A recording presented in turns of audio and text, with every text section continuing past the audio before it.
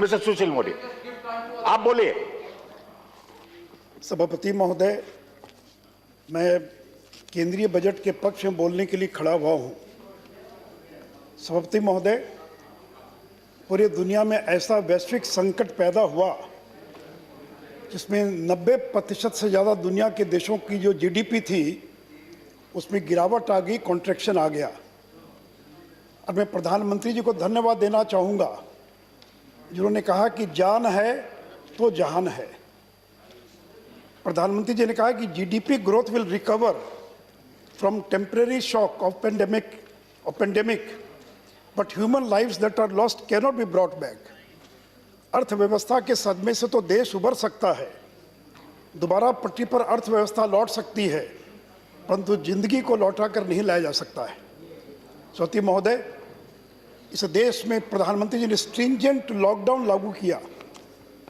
अगर हमने कड़ाई से लॉकडाउन को लागू नहीं किया होता तो जितने लोगों की मौत हुई है कोविड के कारण, उसे 1 लाख ज़्यादा लोगों की मौत हो गई होती। और शांति पर्व में, महाभारत के शांति पर्व में कहा गया है कि आपदाग्रस्त जीव की प्राण रक्षा करना ही धर्म है।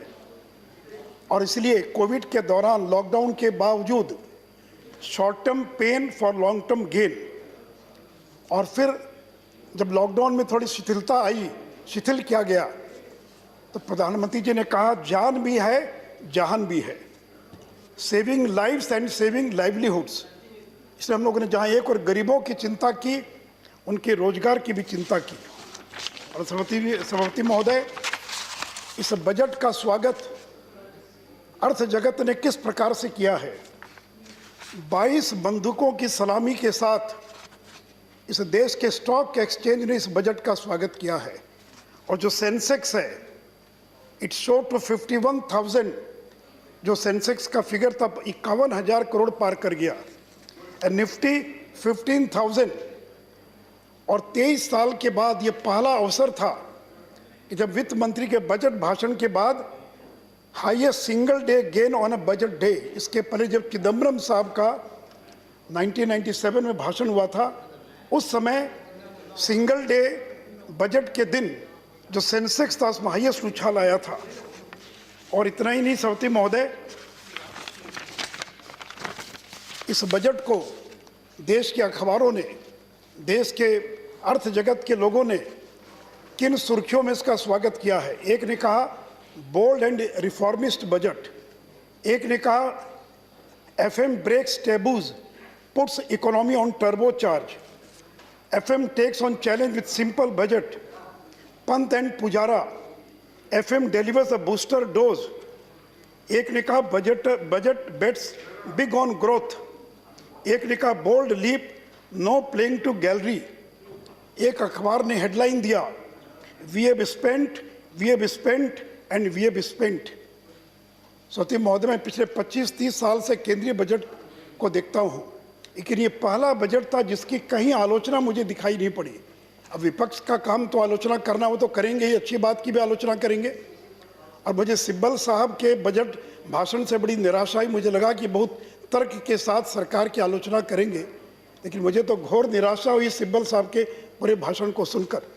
तो सभापति महोदय, इस बजट की जिस प्रकार से देश ने स्वागत किया है, और इतना ही, अभी गरीबों की बात कर रहे थे, तो लॉकडाउन के दौरान प्रधानमंत्री जी ने 80 करोड़ गरीबों को 8 महीने तक 40 किलो अनाज और प्रत्येक परिवार को 8 किलो दाल देने का काम किया। इतना ही नहीं तो 20 करोड़ महिलाएं जिनका जनधन खाता था, उनको 1,500 रुपया प्रति महिला, more than 30,950 crore were transfer to the bank accounts of 20 crore महिला जनधारी खाताधारी। उसी प्रकार 7.43 करोड़ उज्ज्वला के लाभार्थी महिलाओं को 14.73 करोड़ फ्री सिलेंडर, जिसकी कीमत था 9,670 करोड़, ये महिलाओं को मुफ्त में गैस सिलेंडर दिया गया। और इतना ही नहीं तो 2.81 करोड़ विधवा, वृद्ध, दिव्यांग को सामाजिक सुरक्षा पेंशन 3 माह तक 2,814 करोड़ उनके खाते में ट्रांसफर किया गया। सभापति महोदय, जो लोग जनधन खाते का मजाक उड़ाते हैं, अगर जनधन खाता नहीं होता तो क्या इन गरीबों के खाते में कोरोना काल के अंदर और ये पैसा ट्रांसफ़र किया जा सकता था? सभापति महोदय, मैं अमेरिका के बारे में बताना चाहूँगा। इतना प्रगतिशील देश है, लेकिन अमेरिका के अंदर डायरेक्ट बेनिफिट ट्रांसफ़र से सभी लोगों के खाते में पैसा ट्रांसफ़र नहीं किया जा सका, और वहाँ पर 8 करोड़ लोगों का चेक प्रिंट किए गए, और प्रिंट करने के बाद ट्रंप साहब का सिग्नेचर किया गया। एक सप्ताह में 50 लाख से ज़्यादा वो चेक डिलीवर करने की स्थिति में नहीं थे। सितंबर महीना लग गया उनको केवल 8 करोड़ लोगों को और जो उनका स्टिमुलस चेक था वो पहुंचाने में। और दूसरी ओर भारत जैसा गरीब देश कि हमने और 100 करोड़ से ज़्यादा लोगों के खाते में अलग अलग प्रकार से और डायरेक्ट बेनिफिट ट्रांसफ़र के माध्यम से हमने पैसा पहुंचाने का काम किया। और सभापति महोदय, आत्मनिर्भर भारत पैकेज के तहत कुल मिलाकर और आरबीआई ने जो कदम उठाए, 27 लाख करोड़ से ज़्यादा का आत्मनिर्भर भारत पैकेज 1, 2, 3 ये देश के द्वारा आदरणीय प्रधानमंत्री के द्वारा प्रोवाइड किया गया। It was like 5 mini budgets. और सभापति महोदय, ये लॉकडाउन अगर सफल हुआ, वो क्यों सफल हुआ? अगर 10 करोड़ गरीबों के घर में शौचालय नहीं बने होते तो आप सोचिए लॉकडाउन में लोग घरों में शौच के लिए जाते कि बाहर जाते? अगर लॉकडाउन सफल हुआ तो उसके अंदर इन शौचालयों की बहुत बड़ी भूमिका है। अगर एनडीए की सरकार ने घर घर बिजली नहीं पहुंचाई होती और शहरों में 24 घंटे बिजली नहीं होती तो लॉकडाउन के दौरान लोग जो ओटीटी पर और नेटफ्लिक्स पर जो सारे चीज़ों को, टीवी को देख रहे थे, समय काट रहे थे, वो शायद नहीं काट पाते। अगर उज्ज्वला गैस के सिलेंडर्स नहीं मिले होते तो गरीबों को अपना लकड़ी इकट्ठा करने के लिए घर के बाहर जाना होता। तो इसलिए सभापति महोदय, हमारी सरकार ने, और इससे मुझे आश्चर्य लगता है कि बार बार अदानी और किसकी चर्चा होती है। ये जो मुफ्त सिलेंडर मिला क्या अदानी को मिला? ये मुफ्त अगर अनाज मिला तो ये क्या टाटाज और बिरलाज को मिला? सभापति महोदय और सभापति महोदय, प्लीज मैं अपेक्षा करता हूं कि मेरी मेडन स्पीच है, मेडन स्पीच तो कम से कम उपस्थित मत कीजिए। सभापति महोदय, मुझे आश्चर्य लग रहा था, सिब्बल साहब आंकड़े गिना रहे थे कि रेवेन्यू कलेक्शन कम हो गया, इनकम टैक्स का कलेक्शन कम हो गया। जब पूरा देश कोविड के अंदर और लॉकडाउन के अंदर है तो आखिर रेवेन्यू कलेक्शन तो कम होना ही था सभापति महोदय। और सभापति महोदय, revenue loss to union and states 23% कम संग्रह हो पाया रेवेन्यू। 4,65,000 करोड़ कम संग्रह होने की संभावना है। There was a less revenue will be collected under corporate tax 34.50%, income tax 28%, GST में अभी भी 11.72% का रेवेन्यू का शॉर्टफॉल है। सभापति महोदय, लोग थोड़ा बातचीत ना करें तो ज़्यादा बेहतर होगा। If you have to discuss something, go to the lobby and discuss and come back. This is a maiden speech. You know सभापति the महोदय, procedure of the house. इस कोरोना काल में सभी लोग उम्मीद करते कि जो नया बजट आएगा उसमें कोई नया टैक्स होगा, कोई कोविड टैक्स होगा, वेल्थ टैक्स बढ़ाया जाएगा। लेकिन मैं प्रधानमंत्री जी को धन्यवाद देना चाहूँगा कि 23% से ज़्यादा रेवेन्यू कलेक्शन कम होने के बावजूद हमारी सरकार ने एक भी नया टैक्स नहीं लगाया। किसी प्रकार से आम आदमी को पर हमने कर का बोझ देने का काम नहीं किया। और जबकि पिछले ही साल हम लोगों ने इनकम टैक्स में भारी रिबेट दिया, जिसका परिणाम था कि 40,000 करोड़ का रेवेन्यू हमने फॉरगोन किया। कॉरपोरेट टैक्स में 1920 में 1,45,000 crore annual revenue forgone. Dividend distribution tax में 25,000 करोड़ का रेवेन्यू फॉरगोन था उसके बावजूद। और इसलिए हम लोगों ने और कोविड काल में इस देश की जनता पर किसी प्रकार का कर का बोझ नहीं लादा। और सभापति महोदय, हमने एक नया सेस लगाया, that was agriculture infrastructure development cess, and by levying this cess the government of India will be collecting more than 30,000 crore as a cess, and this fund will be spent for the augmentation of the mandis of the APMCs और agriculture के infrastructure के लिए ये 30,000 crore spend किया जाएगा। और सभापति महोदय, हम लोगों ने ये सेस जो लगाया हम लोगों ने पेट्रोल पर, डीजल पर सेस लगाया, 12 चीज़ों पर कस्टम ड्यूटी कम किया, लेकिन हम लोगों ने जनता पर बोझ नहीं पड़ने दिया। हम लोगों ने basic excise duty, custom duty को कम किया और कम करने के बाद हमने ये सेस लगाया ताकि जनता पर कोई बोझ नहीं पड़े। और मैं एक आर्टिकल पढ़ रहा था कि सेस लगा दिया तो डिविजिव पूल में ये नहीं जाएगा, तो राज्यों को उसका लाभ नहीं मिलेगा। तो मैं सदन को बताना चाहूँगा कि आखिर ये सेस जो है, जब इंफ्रास्ट्रक्चर पर खर्च होगा एग्रीकल्चर का, तो राज्यों में ही खर्च होगा, राज्यों के माध्यम से ही खर्च होगा, तो ultimately this cess will go to the states.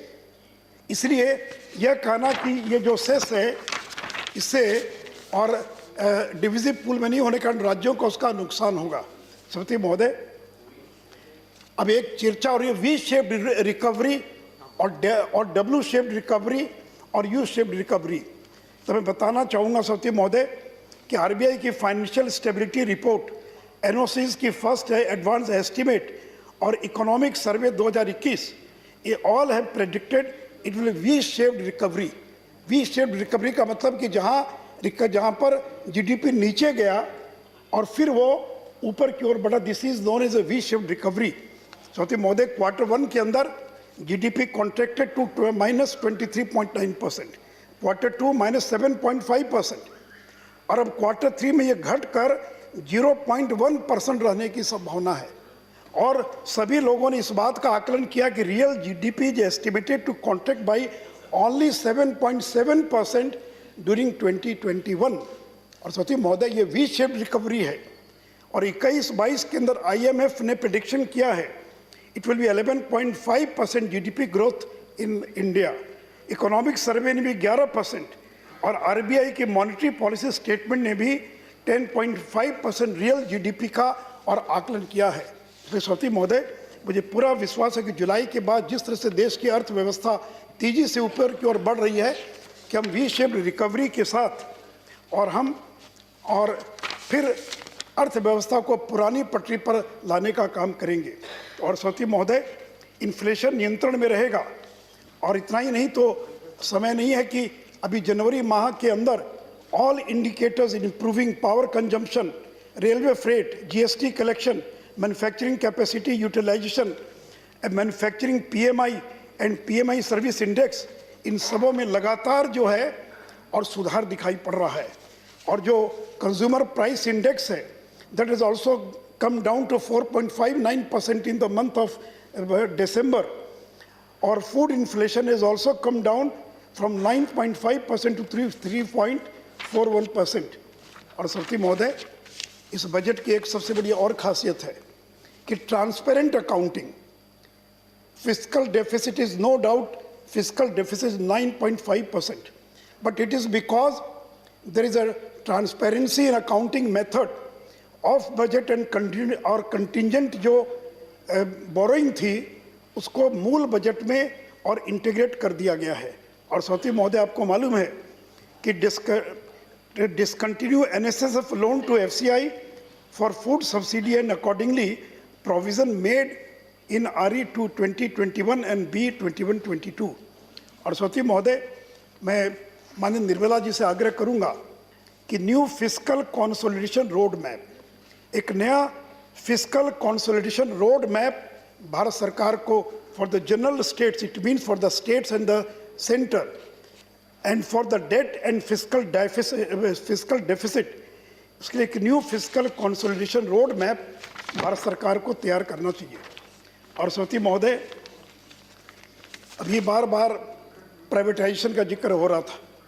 सभापति महोदय, मैं सदन को बताना चाहूँगा कि 1960s में the per capita income China and India were at the same level. 60 के दशक में चीन और भारत का जो प्रति व्यक्ति आय थी ये लगभग बराबर थी, लेकिन चाइना ने 74 में China open it's economy and India open it's economy 1991। और इस डिलेड इकोनॉमिक रिफॉर्म और एक्सेसिव रेगुलेशन के कारण, इसलिए इस बजट की एक और बड़ी खासियत है माइंडसेट को बदलना। ये जो सोच है कि हर चीज़ प्राइवेटाइज हो रही है, डिसइन्वेस्टमेंट हो रहा है, अगर पब्लिक सेक्टर अंडरटेकिंग घाटे में चल रहा है, अगर एयर इंडिया को 60,000 करोड़ का घाटा है, and each year we are pumping 6,000 crore of the public money to keep alive Air India. ये क्या उचित है क्या? ये क्या उचित होगा क्या? इसलिए इस माइंडसेट से बाहर निकलना होगा और इस बजट के द्वारा ये जो माइंडसेट है, ये एक्सेसिव रेगुलेशन का, इससे बाहर और and excessive baggage of socialism एक समय था, तो ये जो एक्सेसिव बैगेज था समाजवाद का और जो पूरी अर्थव्यवस्था पर एक नियंत्रण स्थापित करता था, इस माइंडसेट से बाहर निकलने की आवश्यकता है। अब अखबार में देख रहा हूँ कि घर के गहने बेचे जा रहे हैं। सभापति महोदय, टैक्स पेयर्स के मनी क्या घाटे में चल रहे, उद्योगों पर खर्च किया जाएगा, एयर इंडिया पर खर्च किया जाएगा। तो सभापति महोदय, एक बोल्ड रिफॉर्मिस्ट, और मैं नरेंद्र मोदी जी को धन्यवाद देना चाहूँगा कि 91 के बाद इस देश में किसी प्रधानमंत्री ने अगर रिफॉर्मिस्ट बजट पेश किया है तो वह भारत की सरकार ने किया है 21-22 के लिए। नए शब्द disinvestment, privatisation, asset monetisation, DFI, ARC, AMC, आगे आने वाले दिनों में इन शब्दों के बारे में काफ़ी चर्चा होगी। और सभापति महोदय, ये बजट रोजगार पैदा करने वाला बजट है। कहते हैं कि रोजगार की कहीं चर्चा ही नहीं है। अगर कैपिटल एक्सपेंडिचर होगा तो क्या लोगों को रोजगार नहीं मिलेगा? सड़क बनेगी, एयरपोर्ट बनेंगे, अगर और चीज़ें बनेंगी। इसलिए बजट रोजगार पैदा करने वाला बजट है। ये बजट गरीबी दूर करने वाला बजट है। ये बजट महंगाई को नियंत्रित करने वाला बजट है। ये बजट भारत को आत्मनिर्भर बनाने वाला बजट है। और सभापति महोदय, इस बजट का जो थ्रस्ट है, हेल्थ केयर एंड वेलबींग, ये पहला थ्रस्ट है। दूसरा है कैपिटल एक्सपेंडिचर और तीसरा थ्रस्ट एरिया है फाइनेंशियल सेक्टर रिफॉर्म्स। और सभापति महोदय, अगले साल जो हम खर्च करने जा रहे हैं, राजस्व की कमी के बावजूद the government of India was able to spend more than 4,08,000 crore during 2021। हम लोगों ने 20-21 में 4,08,000 करोड़ रुपया ज़्यादा खर्च किया है। और कैपिटल एक्सपेंडिचर भी 4,12,000 crore was provided in the budget, and we will be spending 4,39,000 crore as a capital expenditure. और सभापति महोदय, for the 21-22 the budget expenditure is 34,83,000 crore, and capital expenditure is more than 5,54,000 crore हम 21-22 में खर्च करेंगे। और अभी बात कर रहे थे सिब्बल साहब मनरेगा के बारे में, तो मैं बताना चाहूँगा कि we spend in 2021 we spend 81% more what it was provided in the budget. हम लोगों ने सोशल सिक्योरिटी पर 380% ज़्यादा खर्च किया है जितना बजट में और प्रावधान किया गया था। और सभापति महोदय, हेल्थ के बारे में we will spending 137% more in 2022-21-22 when comparison to 2021।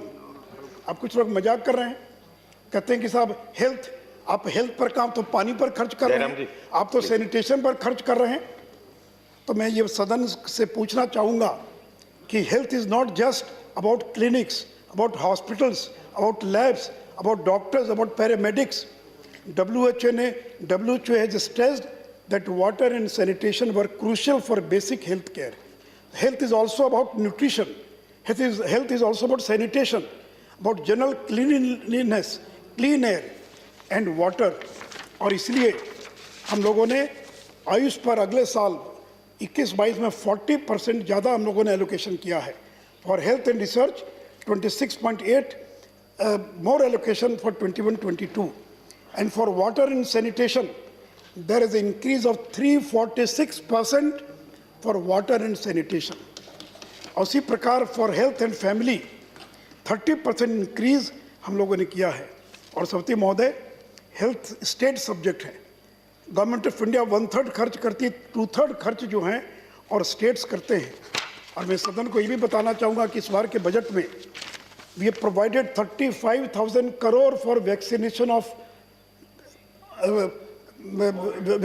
Covid vaccines, और 50 करोड़ लोगों को यह वैक्सीन का टीका लग पाएगा। 35,000 crore means 50 crore people will be inoculated of this covid टीका। और सती महोदय, सदन को बताना चाहूँगा कि हम लोगों ने 16 जनवरी से प्रारंभ किया vaccination, and we have completed 60 lakh vaccination in a record 24 days, whereas USA took 26 days, UK took 46 days, and India took only 24 days to inoculate more than 60 lakh people of this country. और सरती महोदय, मैं एक बात और सदन को बताना चाहूँगा कि हम लोगों ने केवल अपने देश में टीका नहीं लगा रहे, हम लोगों ने भूटान को 1.5 लाख, मालदीव्स को 1 लाख, बांग्लादेश को 20 लाख, नेपाल को 10 लाख, म्यांमार को 15 लाख, श्रीलंका को 5 लाख, बहराइन को 1 लाख, ओमान को 1 lakh, Afghanistan we have sent 5 lakh doses of corona vaccine to Afghanistan without charging a single penny. और हम लोगों ने 12 देशों को 62 लाख फ्री में वैक्सीन का टीका पहुंचाने का काम किया. Already it is been delivered, it is not that it is in pipeline, it is already been delivered. और इतना ही नहीं, कॉमर्शियल कॉन्ट्रैक्ट भी हम लोगों ने किया है 8 देशों के साथ. बांग्लादेश को 50 लाख 50 लाख वैक्सीन का टीका हम लोगों ने कॉमर्शियल कॉन्ट्रैक्ट किया है. Morocco 20 lakh, Brazil 20 lakh, Egypt 50,000, Algeria 50,000, South Africa 10 lakh, Kuwait 2 lakh, UAE 2 lakh. तो सती महोदय, 1 crore 5 lakh vaccination doses of vaccination through commercial contract 8 देशों को ये हम लोगों ने भेजने का काम किया है. सती महोदय, समय कम है. सती महोदय, दुनिया में 3 बड़े संकट आए थे अर्थव्यवस्था के. The first was Asian financial crisis 1997. The second was global financial crisis 2007-2008, and the third pandemic-induced financial crisis to 2020. और ये 3 जो क्राइसिस आई दुनिया के अंदर, उसका किस तरह से भारत ने मुकाबला किया. एशियन फाइनेंशियल क्राइसिस जब आई, अटल बिहारी वाजपेयी देश के प्रधानमंत्री थे, और जब ग्लोबल फाइनेंशियल क्राइसिस आई तो द रिस्पॉन्स वाज मायोपिक. उस समय किसकी सरकार थी बताने की आवश्यकता नहीं है. और जब अभी फाइनेंशियल क्राइसिस आई है पेंडेमिक के कारण, तो श्री नरेंद्र मोदी जी की सरकार है. सती महोदय, समय नहीं है इसके विस्तार में जाने के लिए, लेकिन मैं इतना ही कहना चाहूँगा कि अभी जो कोविड का जो क्राइसिस आया है, हम लोगों ने capital expenditure from April to December 2020 stood at 3.17 lakh crore, which is 24% higher पिछले साल की इसी अवधि की तुलना में. मैं अप्रैल टू जनवरी की बात कर रहा हूँ. अप्रैल टू दिसंबर 6 महीना कोविड में चला गया, कोई खर्च नहीं हो पाया. कैपिटल एक्सपेंडिचर पिछले 3 माह में रिकॉर्डेड फिनोमिनल ग्रोथ 129% इन अक्टूबर. अब अक्टूबर 20 का पिछले साल से अगर तुलना करें तो there was a growth of 129%. In November capital expenditure का ग्रोथ था 248%, और दिसंबर में इट वाज 81%. और सती महोदय, हम 21-22 में 5,54,000 crore we are going to spend as a capital expenditure. और सती महोदय, और ये कैपिटल एक्सपेंडिचर, इसका मल्टीप्लायर इफेक्ट होता है. if there is a revenue expenditure, increases by rupees 100, if you revenue expenditure increases by rupees 100 only, अगर आप 100 रुपया खर्च करते revenue expenditure, only 98 or 99 rupees gets added to the economy, no multiplier effect. लेकिन आप अगर कैपिटल एक्सपेंडिचर करते हैं तो कैपिटल एक्सपेंडिचर इंक्रीजेज. अगर 100 रुपये खर्च करते हैं कैपिटल एक्सपेंडिचर, तो capital expenditure increases 245 rupees gets added to the economy in the same year, and rupees 480 gets aggregated over the next several years. It is a multiplier effect over next few years. 1 रुपया अगर खर्च करते हैं तो उसी साल अर्थव्यवस्था में 245 रुपये का और मल्टीप्लायर इफेक्ट होता है, और बाद के वर्षों में 480 रुपीज़. और कुल मिलाकर इस साल हम लोग अगले साल 2.25% of GDP we will be spending through capital expenditure. And if the multiplier effect is 2.5 times, it means in 2022, 6.25% of GDP will achieved only through capital expenditure. और इससे सौती महोदय समय नहीं है कि जो ग्लोबल फाइनेंशियल क्राइसिस में यूपीए की सरकार थी, they spend the capital expenditure increase नहीं हुआ, उन्होंने रेवेन्यू एक्सपेंडिचर को इंक्रीज किया और उसका परिणाम था कि महंगाई बढ़ी, इन्फ्लेशन बढ़ा। और सौती महोदय लेकिन हम लोगों की सरकार ने और सौती महोदय ये जो कैपिटल एक्सपेंडिचर कैसे होगा, तो government of India has announce in the last budget national infrastructure pipeline. In the last budget 100 lakh crore, 100 lakh crore अगले 5 साल के अंदर। सभापति महोदय मैं फिर रिपीट करना चाहूँगा, government of India will spending 100 lakh crore in the next financial year for the development of the infrastructure, and that will be the world-class infrastructure we'll be developing through this national infrastructure pipeline. और इसको funding कैसे करेंगे? How this 100 lakh crore will come? Through creating institutional mechanism, monetizing the asset. और इसलिए मैं सौती महोदय जो infrastructure के लिए लॉन्ग टर्म लेंडिंग के लिए और भारत सरकार ने एफडीआई डीएफआई बनाने का ऐलान किया है। Development financial institution, the normal commercial banks, they are not capable to provide long term lending to the infrastructure projects, so we require institutions like DFI. और government of India provide 20,000 crore to this DFI. और ये lending और इसका lending portfolio जो है ये 5 लाख करोड़ होगा अगले 3 साल के अंदर। और सौती महोदय एसेट मोनेटाइजेशन, और इसलिए national monetisation pipeline like national infrastructure pipeline, there will be national monetisation pipeline. और NHAI, so NHAI operation toll roads, transmission assets of power grid, AI airports in tier 2 and tier 3 cities, warehousing assets, sports stadium, railway station, DFC, इसको monetise करके हम funds इकट्ठा करेंगे।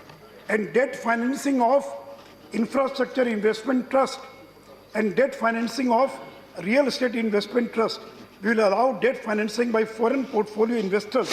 इसके द्वारा हम करेंगे। सौती महोदय इस देश के बैंकों का क्या हाल, अभी चर्चा कर रहे थे। सौती महोदय, in the last 4 years government of India has invested 2,71,000 crore for recapitalizing the banks of private public sector banks. 2,71,000 crore has been infused in the public sector banks. और अब गवर्नमेंट ऑफ इंडिया ने announce किया है कि 21-22 में 21,000 करोड़ हम खर्च करेंगे to recapitalise the public sector banks. और सौती महोदय, और ये जो बात आई कि अभी बैंक्स जो हैं they are not capable to sell their bad assets. So we will be creating stressed asset resolution by setting ARC and AMC. तो हम ARC और AMC स्थापित करके और इसको करने का काम करेंगे। उसी प्रकार सौती महोदय disinvestment of public sector enterprises. और सौती महोदय, चूंकि केवल 5 मिनट समय बचा है, तो मैं ये कहना चाहूँगा कि केंद्र की सरकार ने इस कोरोना काल में और जो स्टेट्स था उनको कितनी मदद की है। और सौती महोदय, बार बार आरोप लगता है एनडीए पर कि Gujarat, Madhya Pradesh, they were obstructing the implementation of GST, because I was associated with GST from the very beginning. लेकिन मैं बताना चाहूँगा कि जीएसटी यूपीए की सरकार क्यों नहीं लागू कर पाई। जहाँ बैठे हुए हैं Acharya ji, they could not implement GST, they could not start GST in this country because of their arrogance. They refused to provide the compensation money to the states. जो सीएसटी के अंदर जो CST was reduce from 4% to 3% and from 3 to 2%, and government of India ने assure किया था, government of India is assured that they will compensate to the states, and when the government of India refused to compensate to the states, then states also started refusing cooperating with the union government. और मैं ये बताना चाहूँगा कि जब नरेंद्र मोदी की सरकार आई इस देश के अंदर सौती महोदय, तो हम लोगों ने जीएसटी को लागू करने के लिए हम लोगों ने 38,000 crore, that was a backlog during of the UPA regime, which was not provided by the UPA to the states. Narendra Modi government provided 38,000 crore backlog and assured 14% return. और ये भी बता दें आपको कि जो रेवेन्यू का शॉर्टफॉल था, government of India by special window has provided 1,10,000 crore and already 84,000 crore has been given to the states. सभापति महोदय, मैं इसके विस्तार में नहीं जाऊंगा। और सभापति महोदय, रेवेन्यू डेफिसिट ग्रांट इस कोरोना काल के अंदर 2021 में 14 states have been given 74,000 crore as a revenue deficit grants, and states like West Bengal, like Kerala, those states who claim the most prosperous states, they have got the maximum benefit because of their mismanagement of their economy or because revenue deficit grant जो है। और सभापति महोदय, मैं अंत में ये जो बजट है, सभापति महोदय 2 बजे तक का समय है ना? प्लीज। हाँ? नहीं, मैं तो। और सभापति महोदय, ये जो बजट है, ये नरेंद्र मोदी जी का बजट है। और जैसा मैंने कहा, गरीबों को समर्पित बजट है, रोजगार पैदा करने वाला बजट है, देश को विकास के रास्ते पर आगे ले जाने वाला बजट है और अर्थव्यवस्था को फिर से पटरी पर लाने वाला बजट है। मैं नरेंद्र मोदी जी के नाम के जो अक्षर हैं उनसे बजट को परिभाषित करना चाहूँगा। नरेंद्र मोदी के नाम है NARENDRA, Narendra, MODI, Modi. So N stands for नया Bharat, N stands for new India, A of Narendra Modi stands for आत्मनिर्भर Bharat, R stands for radical reforms, E stands for electronic agri market, N stands for new financial structure, D stands for disinvestment, R stands for railway and roads, and A stands for agriculture reforms. अब मोदी का जो M है, सभापति महोदय, it is MSP assured, जो MSP को लेकर चर्चा हो रही है, तो M of Narendra Modi, M stands for MSP assured, M stands for helping the migrant workers, O stands for one person company, and D stands for downtrodden. Narendra Modi ने कहा कि सरकार गरीबों को समर्पित है, तो D stands for downtrodden, and the last alphabet I, it is for inclusive development, it is for infrastructure, it is for immunization. सभापति महोदय, मुझे पूरा विश्वास है कि इस विपरीत परिस्थिति के अंदर एक मिनट चुप हो जाए। It is going to be 2 o'clock now. You have to take the sense of the House to extend it. Sir, there is a general consensus that since we have to discuss the budget in detail and many of the members are desiring to speak, we may extend it up to 3 o'clock. Is there a sense of the House to extend it up to 2 o'clock? This is a consensus. This is a consensus, so you need not question.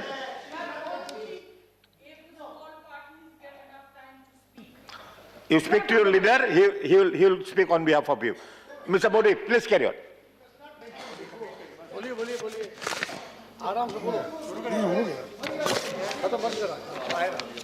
Please. आप बोलिए। सभापति महोदय, Modi ji, please conclude now. Please सभापति conclude. महोदय, मुझे 30 minute का समय दिया गया था, 30 मिनट मेरा पूरा हो गया है। इससे मैंने कहा कि कोरोना काल में सभापति महोदय जिस प्रकार की परिस्थितियां थी और कोऑपरेटिव फेडरलिज्म का नमूना मैंने देखा as a deputy chief minister of Bihar. मैं पिछले 15 साल से हूं बिहार के अंदर सभापति महोदय, and I have seen many of the prime ministers, but it was for the first time the prime minister was interacting with all the chief ministers for 4 hours, for 5 hours, and it was not only once. मैंने देखा 6 बार तो मैं माननीय मुख्यमंत्री नीतीश जी के साथ था मौजूद, और 6 बार मैंने देखा कि मुख्य प्रधानमंत्री 4-4 घंटे 5-5 घंटे राज्यों के साथ बैठकर और कोरोना का किस मुकाबला करना चाहिए इसकी स्ट्रेटजी बना रहे थे। This is cooperative federalism. और मैं जानना चाहता हूँ इसके पहले जो प्रधानमंत्री हुए थे उन्होंने कितनी बार राज्यों के साथ इस प्रकार से और कोई चर्चा की होगी और कोई बातचीत की होगी। और सभापति महोदय, जो कोरोना काल है, सोच कर सिहरन पैदा हो जाती है, मन में रोंगटे खड़े हो जाते हैं किस प्रकार की परिस्थितियां थी और उस परिस्थिति को अगर कोई निकाला है तो उस व्यक्ति का नाम नरेंद्र दामोदर दास मोदी है। Thank you. Thank you. राष्ट्रपति महोदय, इसलिए मैं फिर से एक बार इस शानदार बजट के लिए, इस ऐतिहासिक बजट के लिए श्रीमती निर्मला सीतारमण जी और देश के प्रधानमंत्री को बधाई और धन्यवाद देता हूं। धन्यवाद. The next speaker is